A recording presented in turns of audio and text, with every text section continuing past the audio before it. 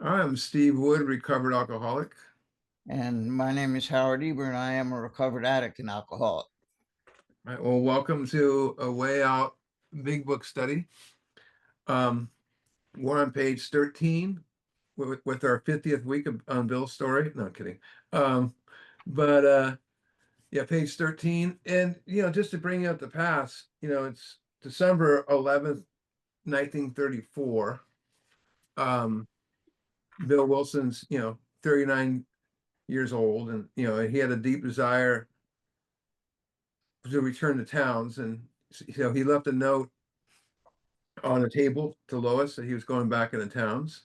I'm sure she loved that note. Um, and he had 6 cents in his pocket, and he managed to obtain, I think, 4 or 5 beers on the way there, maybe more. Yep. And when he reached the hospital, um, Silkworth met him down, or whatever ward it was on, and he started yelling jokingly at Silkworth, "Silky, blah blah blah," and here's Bill again. So, was there anything, Howard, about that letter he wrote to Lois? On the DVD. No, I'm not. I'm just from your Oh, knowledge. yeah. If you give me a minute, I'll find it for you. Uh, he had promised her that if he ever drank again, he would just go right to the hospital. And she was working. So he left this note for her. And the actual note you can see is on display at Stepping Stones in Katona, New York, the museum that is their home. Um, and I'll find that letter. Give And me. the other thing he used to do too is before, probably way before then, when he would make a promise to quit drinking, you put it in the family Bible. It was Yep. interesting. No, go ahead. I'm sorry. I didn't mean to interrupt you. Oh, go ahead. I don't know if you had it or not. No, I got it. This is the letter. It's dated December 11th, 1934. Dear Lois, I think I said that if matters approached a crisis, the inevitable result of the first drink, I should go to towns. I am going there. I also said that under no condition would I go to towns. I shall try to resolve these inconsistencies. On the one hand is the great pressure, on the other, a glimpse of a new, fine life. I shall not delay a moment. Yours, you do not know how dearly, Bill. Hmm, pretty powerful. Yeah. So we're on page 13 where it says at the hospital. And so it says, at the hospital, I was separated from alcohol for the last time. Treatment seemed wise, for I showed sign of delirium tremens. Um, he says, here I humbly offered myself to God as I then understood him to do with me as he would. I placed myself reservedly, which means completely, under his care and direction. That would be step 3. I admitted for the first time that of myself I was nothing. Without him I was lost. Step 2. And I brutally faced my sins, 4 and 5. And this is the one I love, is and became willing to have my newfound friend take them away, not me take them away or put them away. My newfound friend take them away, I mean God. Root and branch, 6 and 7. I have not had a drink since. That date, incidentally, is December 11th, 1934. Bill was 39. This was his final admission, the fourth admission to Towns Hospital. And then so it was probably the next day, maybe, where it says my schoolmate visited me. So Ebby's coming back. It says my schoolmate visited me and I fully acquainted him with my problems and deficiencies. That sounds like 4 and 5. Yep. We made a list of people I had hurt or towards whom I felt resentment. That sounds like 8. You could also say 4 and 4. I expressed my entire willingness to approach these individuals, admitting my wrong. Never was I to be critical of them. And I love this definition of amends. I was to write all such matters to the utmost of my ability, step 9. And what I really find interesting in there is he's not just talking about making amends for harms. He also mentions making amends for resentment. And only time I've ever had to do that is someone that's really close to me on a spiritual level, where I feel like I just want to get past it. It's very interesting. Yes, I mean, I believe anything that clogs the mind, we should let go and move on. Hey, Steve, just for what it's worth, I think in uh, this book, in Francis Hardigan's book, it says on the third day. The third day, okay. Yeah. Okay, so that would be, we're on date, then we're on the 13th, right? Is that right? 14th. 14th. 14th. But How was, this is December 11th. That's his sobriety date, is the 11th. But we're right. talking about what happened on the 14th. Yeah. So we're on the 14th here, and it says, I would test my new, I always underline new there, God consciousness within. So the powerful thing there is the development of the sixth sense, the God consciousness, the higher self. But he says, my new consciousness within, not the one I found out here or up in the clouds or whatever, within. Um, Common sense would thus become uncommon sense. And this is one of the most misquoted things around. I mean, I can say people are wrong with it, but I like the way Howard explained it earlier to me today. How would you say that? Well, I was like a lot of people, was kind of confused what that meant. And so fortunately for me, and I guess for anyone else who listens to this, Charlie Parmalee was still alive. That's Charlie from Joe and Charlie. And I called him and asked him what he thought that sentence meant. And he said, Howard, it's really very simple. Common sense, that's your first thought. Your first thought is common sense. Before you came here and worked the steps, what was common sense? Me, me, me. What's in it for me? Why should I do it? So he's saying common sense, me, would now become uncommon sense, because before, common sense was to think of me only. It would be uncommon sense for me to think of you only. And what this sentence means is there's been a flip, that thinking of me is uncommon sense. Thinking of you is common sense. What used to be my first thought is now not. Does that make sense? Mm-hmm. And one way I've always looked at it too is he talks about the sixth sense. The other five senses are touch, sight, hearing, all that.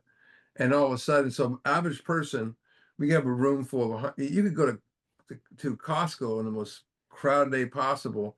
There might be no one in that place that has the sixth sense at all. So it's very uncommon.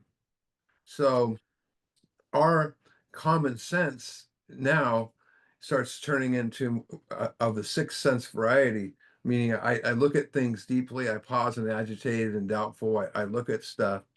And the problem with that is my common sense, my new common sense, is no longer common with a lot of people. So it's very important that's the way it was explained to me by a person, and he said it's very important to um, take that for you know before you start getting upset with someone that doesn't understand. But so common sense, uncommon sense, to get that to 10. Now was to sit quietly when in doubt, asking only for direction and strength to meet my problems as he would have me. Into step 11, and a little bit more to this. Never was I to pray for myself, except when I bore of my usefulness to others. Then I only might accept to receive, but that would be in great measure. So, the aspect there is stands out to me the most is he in this book he hammers home, we never pray for, we're not praying for the Ferrari anymore. We're not praying to win the lottery. You know, if we pray for ourselves, it's how I can help someone today. And I like how he says, and only then we might expect to receive. So my friend promised when these things were done, I would enter into a new relationship, is that word again, new, with our creator, with my creator. That's the spiritual awakening.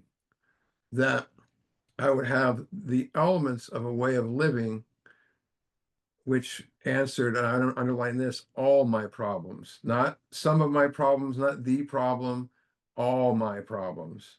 It's Not like, just drinking, really? yeah. Well, it's like in the spiritual appendix in the back of the book, it says problems, right? You know, belief in the power of God, step 2, plus enough willingness, 3, honesty, 4 and 5, and humility, 6 through 9, to establish and maintain, 10, 11, 12, the new order of things were essential requirements. So they're saying to do 10, 11, 12, even though they didn't have that many steps at this point, but it's just fun to point them out, you know, to establish and maintain, right? And also I'd like to say, you know, to grow, but were essential requirements to do that. And simple but not easy, a price had to be paid, and meant destruction of self-centeredness. Wow. You know, because we find out later on it's the root of our trouble.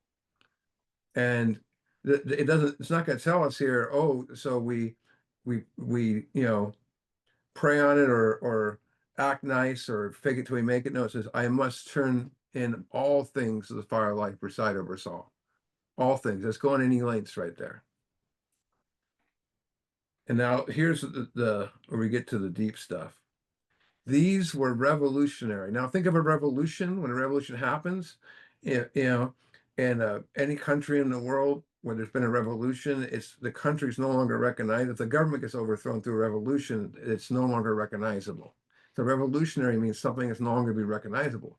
These are revolutionary and drastic proposals, but the moment I fully accept them, now one thing this book says a lot, entire psychic change, rigorous honesty. This says fully accepted them, not I accepted, you know, I took what I want and leave the rest. So accepted them, the effect was electric. You got to think of the fact 30 days ago, he was in quicksand. He's gone Right. from quicksand to this in 30 days. There was a sense of victory, followed by such a peace and serenity as I had never known. Which, you know, and if you read the rest of this, he's always was searching for that. Right? There was utter confidence. I felt lifted up as though the great clean wind of a mountain blew through and through. Now, here's a definition of spiritual experience. God comes to most men gradually, but his impact me was sudden and profound. So, you know, Bill's had a spiritual experience. That's the overwhelming, you know, the other one's educational, slowly over a period of time. Spiritual experience is overwhelming shift into God consciousness, and it's followed by a vast change in feeling and outlook. As they say in the back, personality change to bring about recovery. You know, I had one within 6 and 7, and it absolutely changed my perspective of life. So I think, do you want to play that now? Yeah. Yeah. I want to point out in the paragraph we just read, there's a couple of interesting things. He says there was utter confidence. Confidence is the first C in the 5 C's of the Oxford group. They believed in confidence, confession, conviction, conversion, and continuance. So he's already using one of the phrases from the Oxford group. But what I'm going to play you is from. Second, I want to point something out too. Just, you know, so, you know, it says these were revolutionary, drastic proposals, but the moment I fully accepted them, the effect was electric. You know, even though it outlines, you know, maybe who knows, like we did do stuff before then, do them afterwards. I mean, but I believe this experience, you know, we know he'd done admitted he's hopeless. You know, he's step 2 and turning his life over to God. Maybe you know, maybe he had done the action, maybe he hadn't, but you know, but one thing I want to point out is these were revolutionary and drastic proposals, but the moment I fully accepted them, the effect was electric. It did not say the moment I worked on them. I believe, you know, if it is that way, either way, the reason he got God was he was stuck on the God he grew up on from his grandpa and the God of the preachers, and then the God Ebby was talking about him. New God versus old God. And I think he sat there about it, and you know, he let them both go. He and I had a similar experience where I grew up Catholic, and then all of a sudden I had this new God idea of God that's within you. And I asked my sponsor beforehand, which God should I go with? He goes, neither of them. See what happens. And it was like when I wiped them both off the table, I had a new experience. And I think whatever something like that happened with Bill. So Okay, before I turn the tape on, I'm going to play you an excerpt from Bill W. But I want to read these next two paragraphs because it comes into play in what we're about to see. He said, "For a moment, I was alarmed and called my friend, the doctor, to see if I were still sane. He listened and wondered as I talked. Finally, he shook his head, saying, 'Something has happened to you. I don't understand.' This man of science doesn't understand what Bill's about to tell him, but what has just told him. But you'd better hang on to it. Anything is better than the way you were. The good doctor now sees many men who have such experiences. He knows they are real." I'm going to play this, and then I'm going to read you something from the little doctor who loved drunks.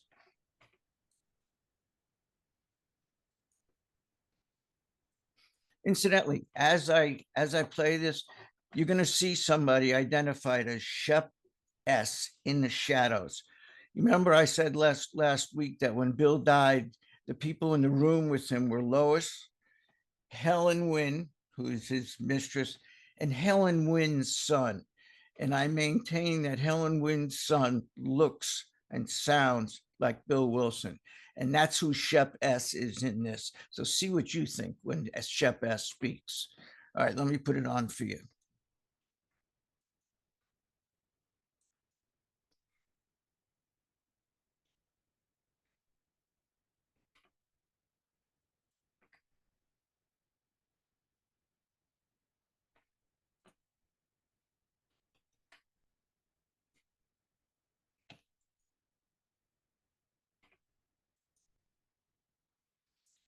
Here we go again.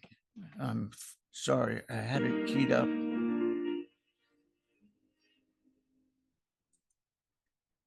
The cool be back drunk again. It was very. It's got the guy says, why don't we went? Here we go.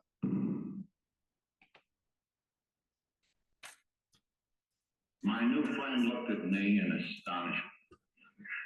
He said, "My God, man, after what you've just been telling me and The last thing he should be doing is understanding how it worked in him.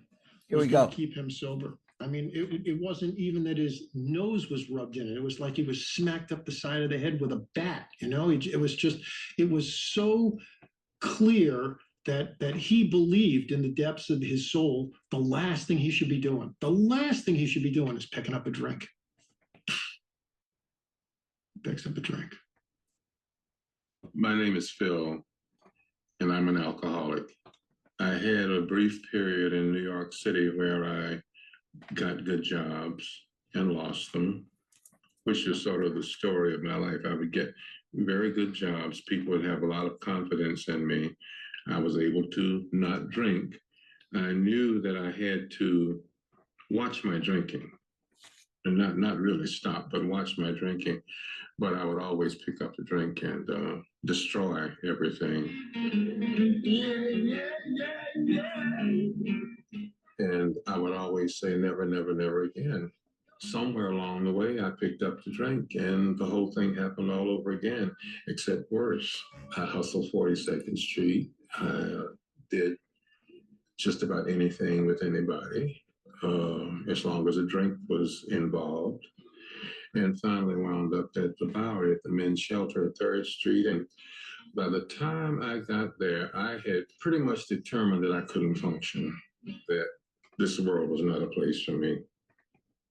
And I think I had just about bottomed out. I didn't know what was wrong with me. I didn't know from alcoholism, but I was ready to listen and maybe not debate so much inside my head, because I was a great debater, especially if anybody said anything about my drinking. I could always justify it. I went on drinking steadily. Quarter bats of the day, sometimes 2 or 3, Bathtub, my friend, means a species of gin made in Prohibition time. When one afternoon, the telephone rang. An old schoolmate was on the other end of the wire. I hadn't seen him for years. I said, "Hello, Abby, come over." And I thought to myself, when he comes, we'll drink together over the kitchen table, as in the old days. He came in. I looked across the kitchen table.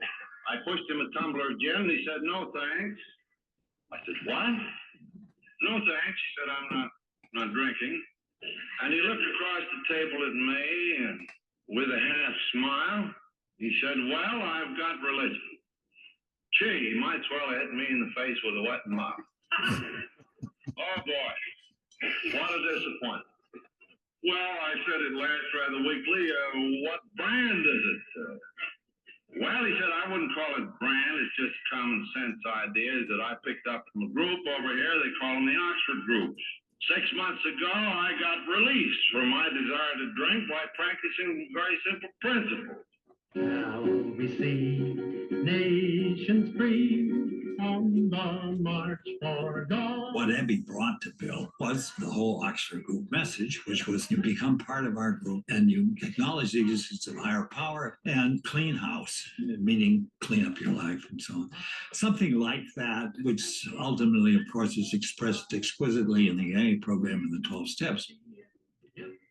Lois comes home one day and finds this letter on her coffee table from Bill, and it says, "Dear Lois, I think I said that if matters approached a crisis, the inevitable result of the first drink, I should go to Towns. I am going there. I shall not delay a moment. Yours, you do not know how dearly, Bill." I remember on the way buying a lot of beer, drinking most of it, coming into the hospital waving a bottle, shouting at the doctor that this time I had something. Well, this dear old man who really loved me shook his head sadly and said, "I guess you have. You better get upstairs and go to bed."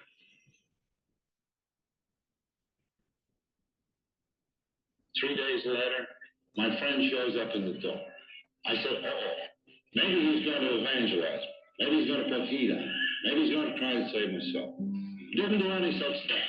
He waited and made me ask, "Abby, what's that neat little form?" "Oh, yeah. You get honest with yourself. You get honest with another person about yourself. Internal house cleaning. Clean away the debris of the past.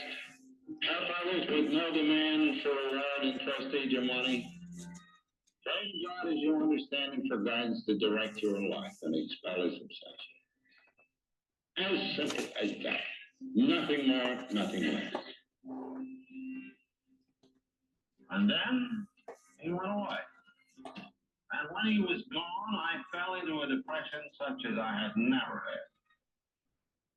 The last vestiges of my prideful obstinacy were crushed up.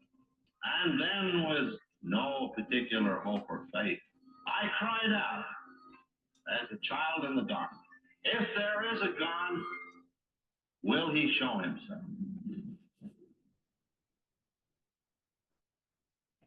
And then it seemed that that room lit up in a great glare. I was transported into an ecstasy. It seemed that I stood on the top of a mountain and a great clean wind was blowing. Not of air, but of spirit. And I was free. At length, of course, I realize I'm still on bed, but I am in a different world.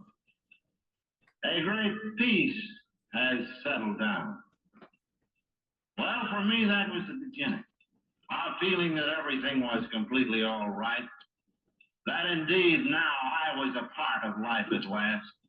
That I had touched the ultimate reality of a loving God.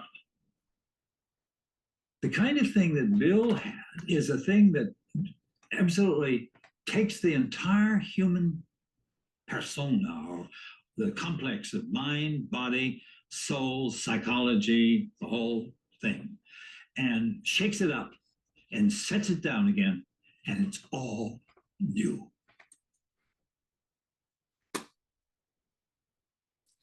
I'm sorry, about stuff in the beginning, I had it started at the wrong point. In The Little Doctor Love Drunks, they talk about how significant it was that at that particular time, on that evening, Dr. Silkworth was on duty. It says, fortunately for Bill and for AA, and for thousands and millions of us who have come after, the doctor he spoke to was Dr. Silkworth. By great luck, by the grace of God, the doctor was Silky. It would have been easy to dismiss Bill's experience as a hallucination, one of the many possible vagaries of a rum-soaked brain, and a disparaging word from the doctor might at this point have choked off the tender thread of faith and killed it. Alcoholics Anonymous might not have got started somewhere else, however, but not now. Certainly, it wouldn't have started here. Very possibly the life of every one of us hung on the doctor's answer to the question, am I sane? It was there that Dr. Silkworth made the first of his indispensable contributions to AA. He knew by an insight that no amount of medical training alone can give a man that what had happened to Bill was important. The encouragement of this man of science, as much as his spiritual experience itself, started AA on its way. Now let's look at this scene. Bill has just had this experience. We don't know exactly what caused it. He's always said it's because of this experience he had with Ebby. And there are people who say it's the leftover of some of the chemicals he might have been on when he was treated there, but it wasn't belladonna, because belladonna wasn't admitted to him this last time. So the point was, something happened to Bill that night. He came, and let's look at the facts. He came in 3 or 4 days earlier, selfish, self-centered to the max. Bill did what he wanted, when he wanted, and didn't give a damn about anybody else. When his wife was hospitalized 3 times for ectopic pregnancies, he showed up once. This is not a guy who gave a shit about anybody else. He had this experience, and look what happens. He came in. This is a guy who came into the hospital selfish and self-centered to the max. The proof is he left the hospital and he never had a drink again. And look what it says in the book. While I lay in the hospital, the thought came that there were thousands of hopeless alcoholics beyond human aid who might be glad to have what had been so freely given me. Perhaps I could help some of them. They in turn might work with others. Once again, is a guy who never had a drink again for the rest of his life, came in selfish, self-centered to the max, and he left thinking about others. You tell me that's not a spiritual intervention. Steve? I'm going to read from, it breaks it down a little more. This is Bill Wilson, letter 1961. I think it must have been a grapevine thing. He says, in the wake of my spiritual experience, there came a vision of a society of alcoholics. If each sufferer were to carry, it was my place. If each sufferer were to carry the news of the hopelessness of alcoholism to each new prospect, and I love this, a chain reaction could be set in motion, forming an ever-growing fellowship of alcoholics whose mission would be to visit the caves of the still suffering and set them free. And I heard him say it before, he also calls it chain style, and that's, I mean, look what else it says in the book here. It says, as each alcoholic dedicated himself to carry the message to still another, and those released to still others, such society could be, no, this is still from the same thing. I'm sorry, not our book, but the article. As each dedicated himself to the message to another, and those released to still others, such society could pyramid to immersive portraits, each transmitting the experience to the next chain style. It could reach every single alcoholic in the world capable of being honest enough to admit his own defeat. Now, only spiritually awoke people have visions, and it's visionary words. We have a chapter called The Vision for You. And Bill was spiritually awoke with a vision. you know, he saw the light and realized that he wanted to share it with the entire world, everybody. And think about when if it's a food or something like you like, oh, this is great. Hey, Rob, try this. But how about when it you know, or I want to go show my new car to somebody. But then you have a spiritual awakening. The first thing that comes to your mind is, I can't wait to show to somebody. But then you start thinking of people to do it, you know. And yeah, I believe this is an obvious calling for Bill. And you know, he was the right man for the job, you know. And you know, for thousands of years, this opened the gateway for thousands of years for alcoholics to get well who had no chance at all. No chance at all. All right. That's Bill's vision for you. Right. Chapter 11 is a vision for you. We just read, and Steve just read what Bill's vision was. And nowhere in that vision does it say market it and sell it. It says give it away. Right. And this next paragraph I call, let's just see if this is a selfish program, right? And people always say it's a selfish program. I've never understood that. My friend had emphasized the absolute necessity of demonstrating these principles in all my affairs. You know, so that's the third portion of step 12. The question is, what are the principles? He's talking about, I look at them as 4 through 9. And you know, we do those to become awakened, and then we do them again in step 10 to stay awake, keep growing, and keep moving, and also stay inspired and motivated to want more of what Bill happened to Bill. And you know, and then here's the second portion of, you know, step 12, carrying the message. Particularly was imperative to work with others as he had worked with me. Faith without works was dead, he said, and you'll see that quite a bit in the book. And how appallingly true for the alcoholic. Now here's the promises to this. For if an alcoholic failed to perfect and enlarge his spiritual life through work and self-sacrifice for others, he could not survive certain trials and low spots ahead. That does not sound like a selfish program. It's a selfish program for very selfish people. Nothing about selfishness is ever good. The only time this is a selfish program is when you don't carry the message. But I mean, it's insane when people call this you know, this a self-help organization or a selfish program, when our aim is the destruction of selfishness. And it says, if he did not work, he would surely drink again, and if he drank, he would surely die. Then faith will be dead indeed. With us, it is just like that. He's talking about the death of faith and the death of you dying because you're not doing this anymore. Going back to the cycle of drinking that Silkworth talks about. You have anything you want to say on that, Howard? Yeah, he's just pointing out that working with others and an enhanced spiritual life are matters of life and death for the alcoholic, not just the receiver of the message, but for the sender of the message. For both, it's a matter of life and death. And that's all that tells me, period. And incidentally, it says he could not survive the certain trials and low spots. Certain means absolute, guaranteed, sure to happen.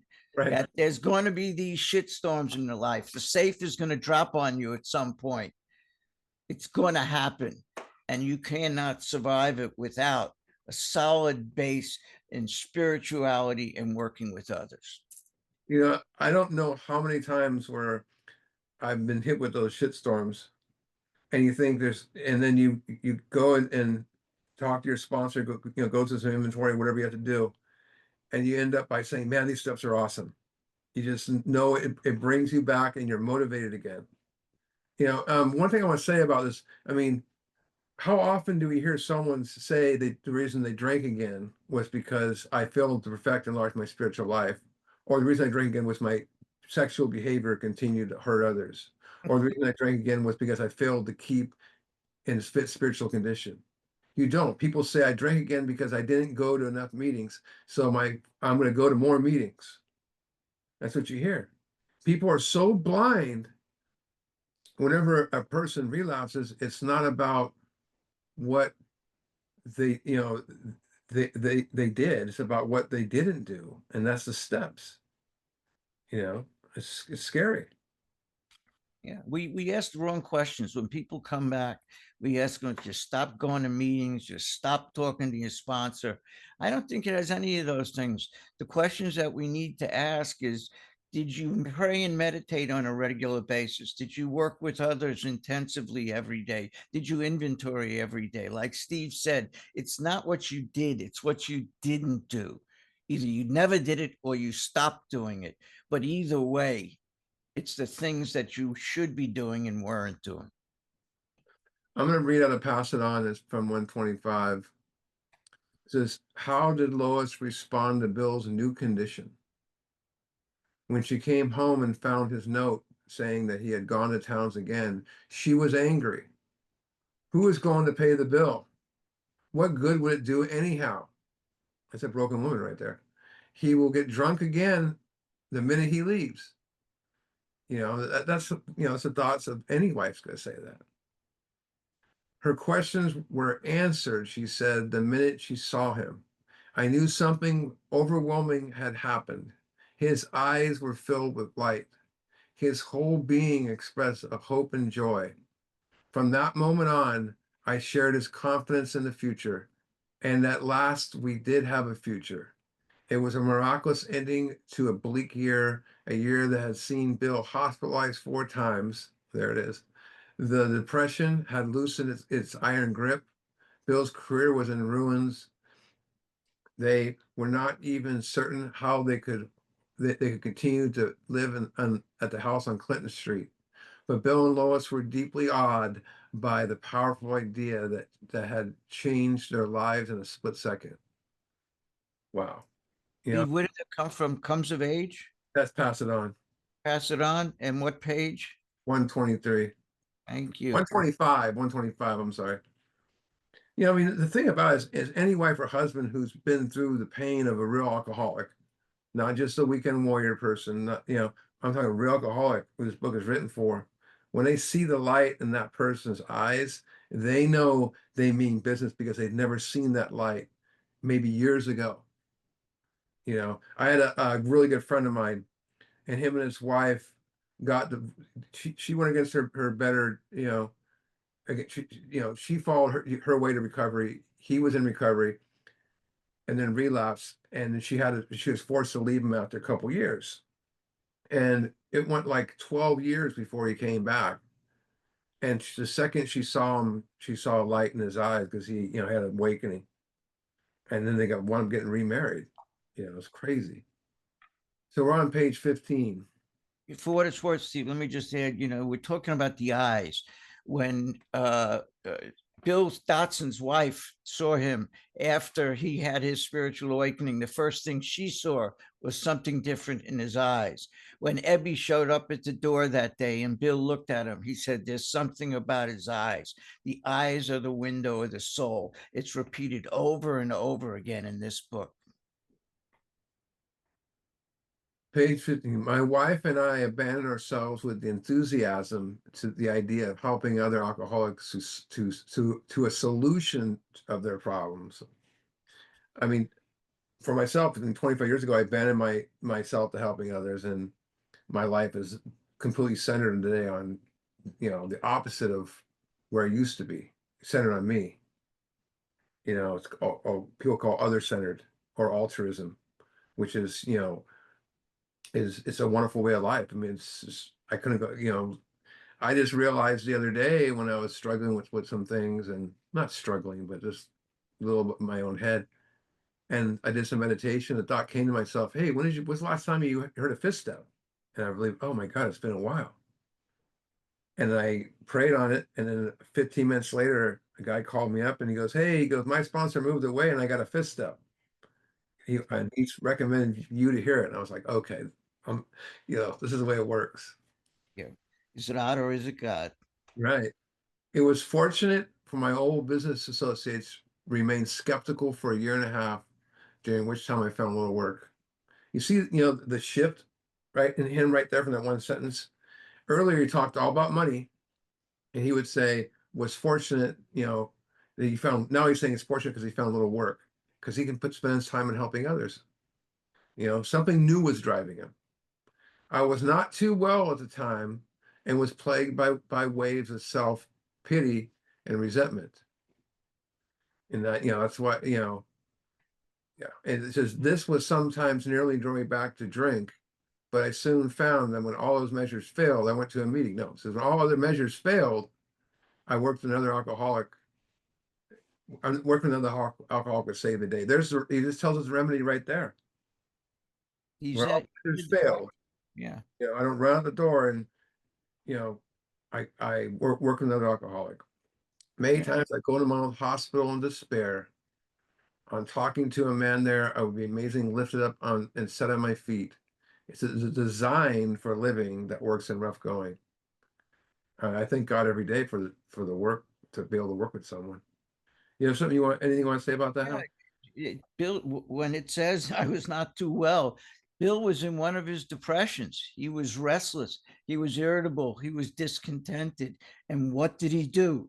He went to work with others. And that works when all things fail. And this design for living that works in rough going, I think the word especially should be added there.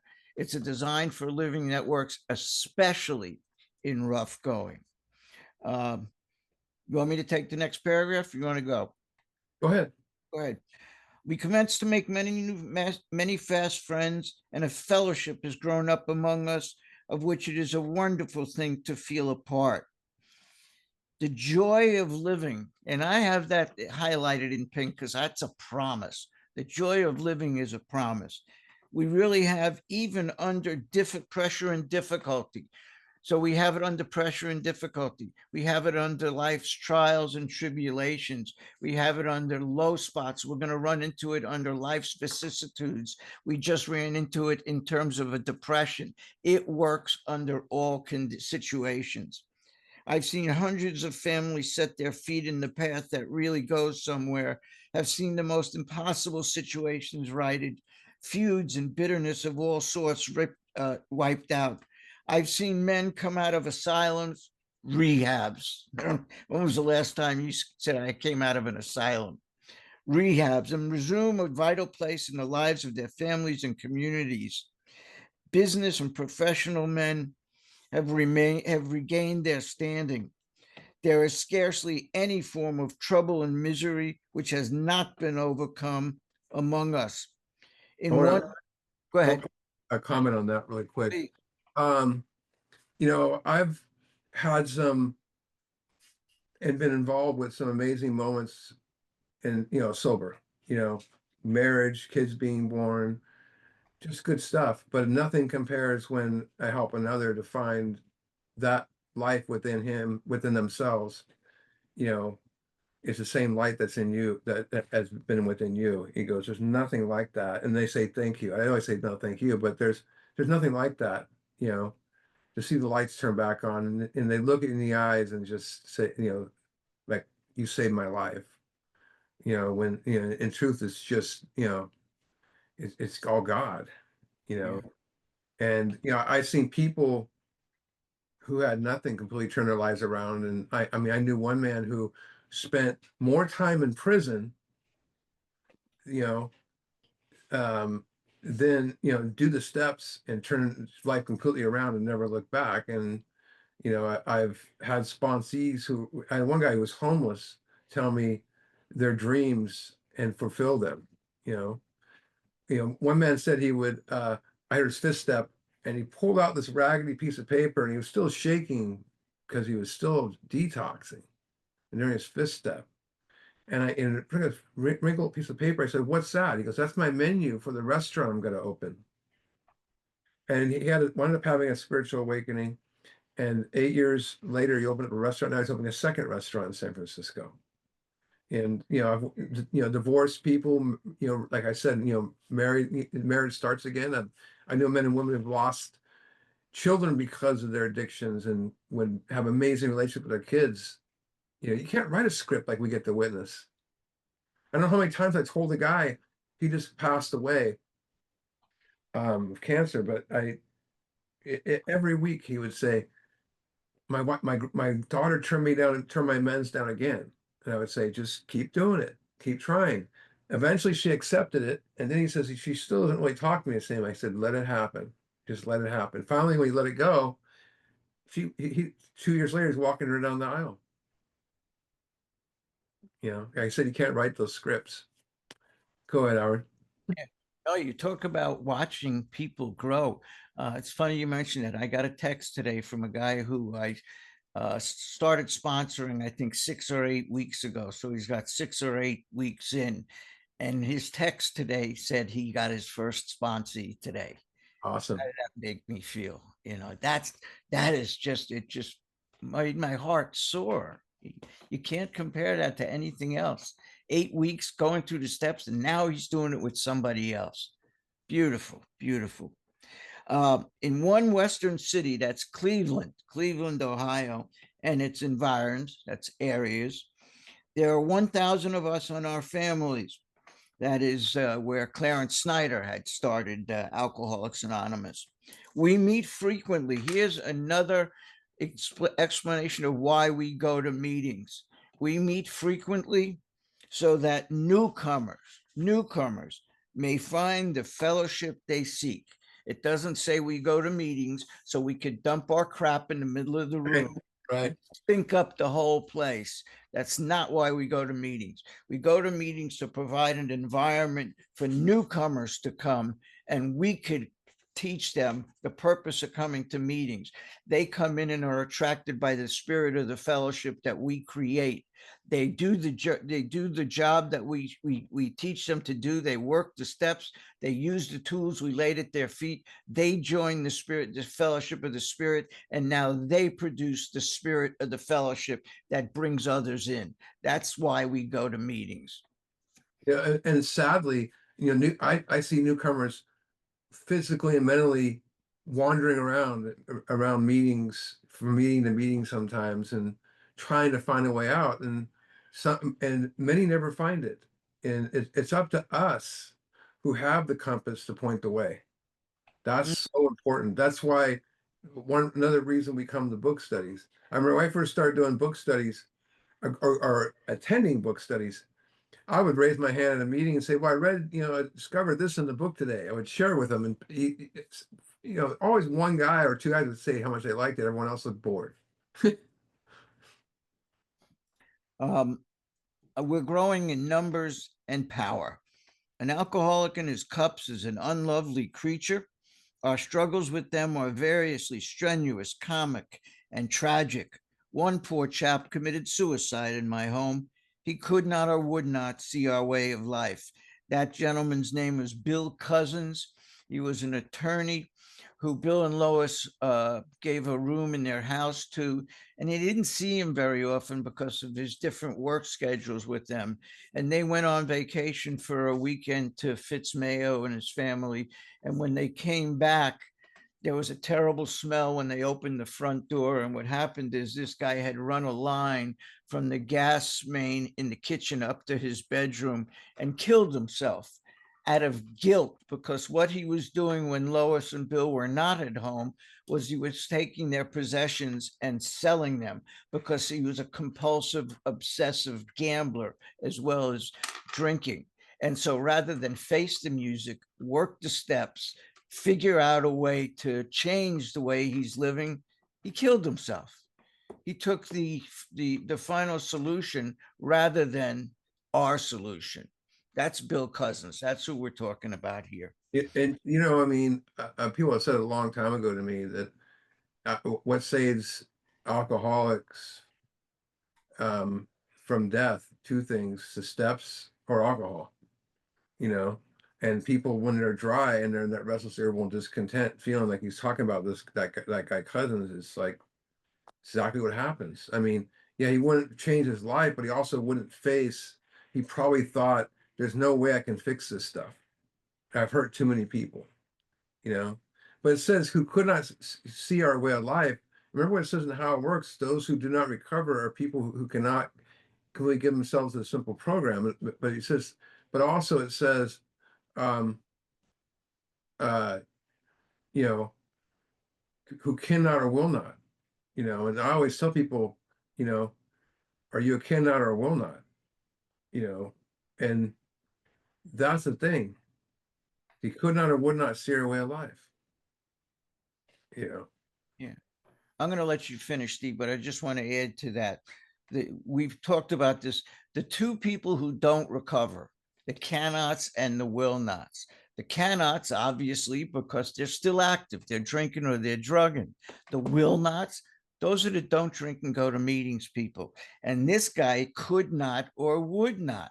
Could not because he was still gambling. He was still active in another one of his addictions, and he would not because he didn't exercise the steps that he knew about. He could not and would not. This guy had both of those things. Steve, you want to finish? yeah. Is there, however, a vast amount of fun about it all? I suppose some of us will be shocked at our seemingly wordless and levity. But just underneath it, there's deadly earnest. Faith has to work 24 hours a day in and through us, or we perish. You notice that it does not say sobriety has to work 24 hours a day. It says faith has to work 24 hours a day. But most people interpret that as, you know, that this is, you know, created the term one day at a time. You know, what he's gracefully telling us here is that we must have faith 24 hours a day. You got to have faith 24 hours a day. And we got the tools to do that. Yeah. It says most of us feel we need to look no further for utopia. We have it with us right here and now. Each day, my friend's simple talk in our kitchen multiplies itself in a worldly cycle of peace on earth and goodwill to men. You know, it said, look no further for utopia. Utopia means that would be, I think of like a perfect paradise. You know, Bill, I believe, you know, I could be wrong here, but I believe he may have written heaven on earth there. Or look, I'm sorry, look more further for heaven. Yes. Yeah. Yes. And The Catholic Church. Yeah. it pretty much, you know, he was told he needed to change that. And, but the thing is do you have to wait for the end of your life to experience that paradise? You know, we can experience it right here and now. And that's heaven on earth, but it's not just it's not a physical occasion, it's a state of being. It's a condition of utmost happiness, peace of mind, a place of absolute love where there's no judgment, a place where there's kindness, compassion, and harmony. If I get out, if I get out of that stuff, I can get right back in it by going back and doing the principles that got me there. It's right here and now. You know, we can have it. You know, all we do is stop letting our ego and our instincts guide us to false fulfillments and let the spirit guide us. Let God do this. You know, it's something only the steps can do. Steve, before we go on, you're talking about changing utopia and so on. The last sentence you read, faith has to work 24 hours a day in and through us or we perish. Originally, that sentence started with the word God instead of faith. Bill originally wrote, God has to work 24 hours a day in and through us or we perish. And if you look at the original manuscript, there's a line through the word God and faith is written above it. And Dr. Howard is the one who put the comment, who are we to say what God has to do? Think about that. Bill wrote, God has to do it. And Dr. Howard said, who are we to say what God has to do? And faith is a better word. Go ahead, Steve. You know, I mean, I believe the reason we're also here is to find, you know, that to help others find heaven on earth. And, you know, because for me, heaven on earth is sitting down there, alcoholic, and saying, how can I help? Mm-hmm. And I just went to a meeting yesterday, and there was a guy that I always see there, and he's always struggling so hard, and he thinks he understands what AA is. And I thought, you know what? Well, I got to the meeting. I'm like, I don't know why I'm going to this meeting tonight. This place can get kind of weird. And all of a sudden, I see that guy sick as hell at the door, and I go, that's why I'm here.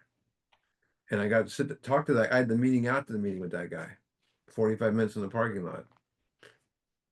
So next week we'll begin There is a solution. There, internally, in this, that's not the end of this chapter. Oh. In the second edition through the fourth edition, they added something. It said Bill W., co-founder of AA, died January 24th, 1971. Hmm. That was in the latter printings of the second edition through the fourth edition. That's right. All right, so we'll be on There's a Solution next week. I'm gonna go ahead and stop the Hey. recording. We did it. We did it. 9 o'clock. How's that? All right.